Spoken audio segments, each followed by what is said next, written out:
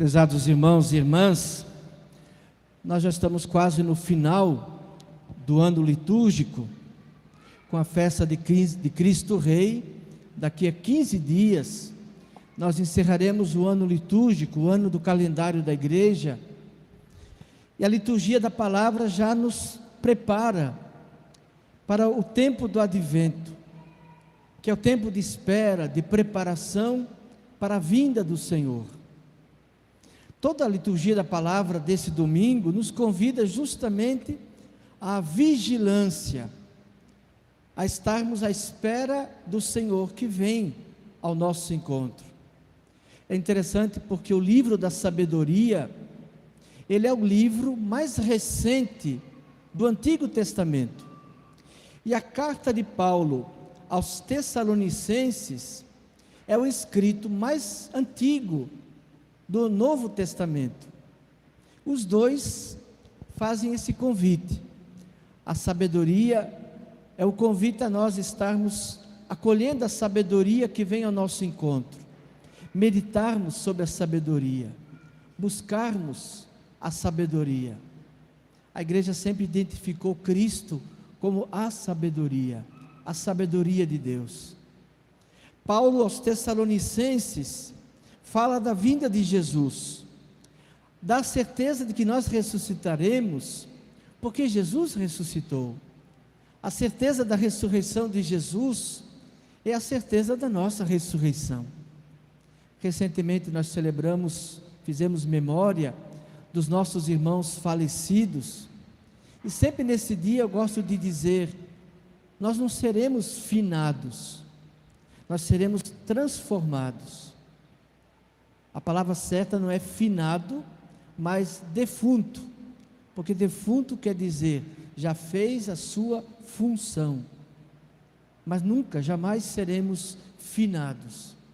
E Paulo lembra isso. Cristo ressuscitou, a morte já não tem mais a última palavra.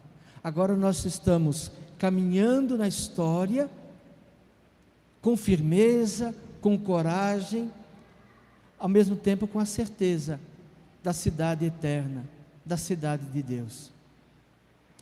No Evangelho, Jesus nos convida à vigilância, contando uma parábola, uma história das 10 virgens.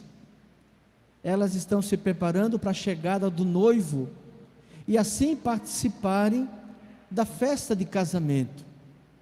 5 eram previdentes, prudentes, sensatas. Elas não apenas levaram a lâmpada, mas levaram também uma reserva de óleo, como as nossas lamparinas antigas, né? Lamparina de óleo.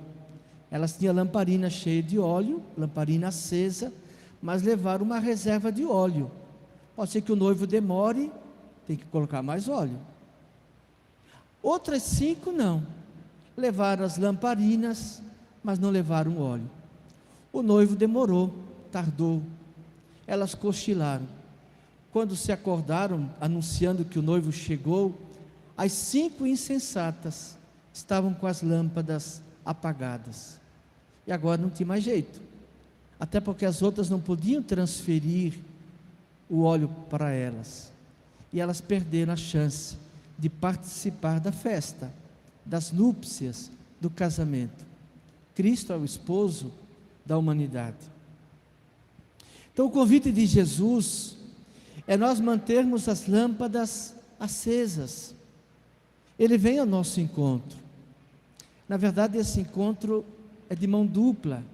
Ele vem ao nosso encontro, mas nós também o buscamos. E aí se dá esse encontro dos dois, que se desejam encontrar. Foi o que nós cantamos no Salmo. O Salmo expressa esse desejo de se encontrar com o Senhor. Nesse sentido, queria aqui trazer algumas considerações a propósito da nossa responsabilidade como discípulos de Jesus, no próximo domingo, dia das eleições municipais. Antes da missa eu conversava com o André, e ele falava do livro de Santo Agostinho, da Cidade de Deus. É um clássico, uma obra de Santo Agostinho, E Santo Agostinho fala das duas cidades: a cidade terrena, que nós somos chamados a construir, organizar, segundo o plano de Deus, e a cidade eterna, a cidade definitiva, que dá para nós o horizonte da esperança, da coragem, do ânimo. Portanto, a fé não nos dispensa de uma responsabilidade na história, no lugar onde nós vivemos. Ao contrário, a fé não é um compartimento, como se fosse uma gaveta. Opa, agora eu vou abrir a gavetinha da fé. A fé deve ser uma luz a iluminar todas as nossas decisões, todas as nossas opções, nossos sentimentos. A fé deve nos mover e nos comover em todas as situações da vida. Nós somos crentes, não estamos crentes, somos. Tem a ver com a nossa essência, com a nossa identidade. E é como crente, como pessoa de fé, e iluminado pelo Evangelho, que eu devo também exercer o direito e o dever de votar. Nesse sentido, recentemente, os bispos do Brasil, de modo particular, a presidência da CNBB, juntamente com o grupo de bispos que compõem uma espécie de ampliado conselho, lançou uma mensagem com algumas orientações. O Papa Francisco, no dia de São Francisco de Assis, lançou uma encíclica, uma bela carta, Tutti Fratelli, todos irmãos, dedicando o 5º capítulo à política como a arte do cuidado, a arte do bem comum. E aí, iluminados por essas duas mensagens, que eu faço aqui algumas colocações, como um pastor, com o dever também de orientar em questões práticas da vida. A política está bastante mal compreendida por causa dos maus políticos. E as pessoas, muita gente começa a dizer: não quero saber de política, porque tendendo a generalizar. Mas se nós queremos um mundo melhor, uma sociedade melhor, nós temos a responsabilidade, não podemos nos imiscuir, devemos ser iluminados, porque a política, desde 1927, o Papa Pio XI, a igreja afirma que a política é uma sublime, entre aspas, uma sublime forma de caridade. Vou dar um exemplo que o próprio Papa Francisco dá na Fratelli Tutti. Vamos imaginar que aqui não tivesse essa ponte ligando Pernambuco, Bahia, Pernambuco. Uma pessoa quer atravessar e não tem condições. Eu tenho uma canoa. Aí eu sinto a dor daquela pessoa. Eu me preocupo com a situação dela. Então eu vou fazer uma caridade. Eu pego a minha canoa e ofereço àquela pessoa para atravessar o rio. Eu faço uma caridade. E essa caridade é importante. É aquilo que a gente faz no dia a dia, um pão que a gente dá, uma cesta básica, uma escuta e assim por diante. A caridade tem essa dimensão particular, pessoal, mas tem uma dimensão macro, mais ampla. Vamos imaginar que um político faça uma ponte ligando as duas cidades. Pronto. Ele usou o poder que tem a serviço do bem comum, a serviço do próximo. É uma caridade. O bom político é aquele que pensa o exercício do poder em vista do bem comum, porque é uma sublime forma de caridade. Ora, se eu posso fazer uma caridade, imagine um bom político, no plano legislativo, no plano executivo. Então, nesse sentido, é iluminado pela fé que a gente deve discernir no próximo domingo. Não votar em alguém que me agrada meramente, ou pensando em interesses pessoais, mas pensando no bem da cidade, da região e assim por diante. Esse deve ser o critério. não um critério egoísta, porque tem muitos candidatos que são egoístas, que não pensam em si, no bem comum.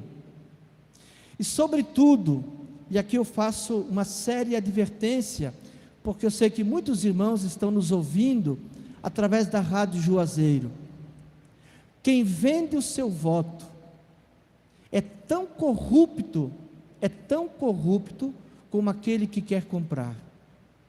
Quem vende o seu voto comete pecado, e pecado grave, de corrupção, de desonestidade. Porque há muitos políticos, e são esses que sujam a verdadeira política, que fazem do tempo de campanha um tempo de investimento financeiro. Eles gastam agora, gastam dinheiro comprando votos, depois que são eleitos, vão tentar recuperar 5, 6, 7, 8 vezes mais. Fazem do tempo de campanha um tempo de aplicação, de investimento financeiro. Esses são perigosos, nunca vão promover o bem comum. Desses a gente tem que tomar distância. Não votar em ficha suja, porque quem vota em ficha suja também está sujo.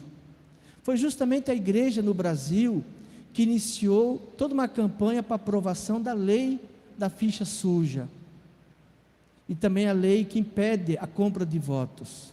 É uma conquista. Não vote, não votemos. Por quê? Porque nós devemos votar em quem tem uma história de serviço ao povo, que tem uma caminhada em favor do povo e que defenda os princípios do Evangelho. Por exemplo, e aí o documento da CNBB diz: não pode produzir bons resultados o político que atenta contra a vida, trabalhando por políticas públicas que favoreçam o aborto, fazendo campanha de drogas. Esse é um princípio importante.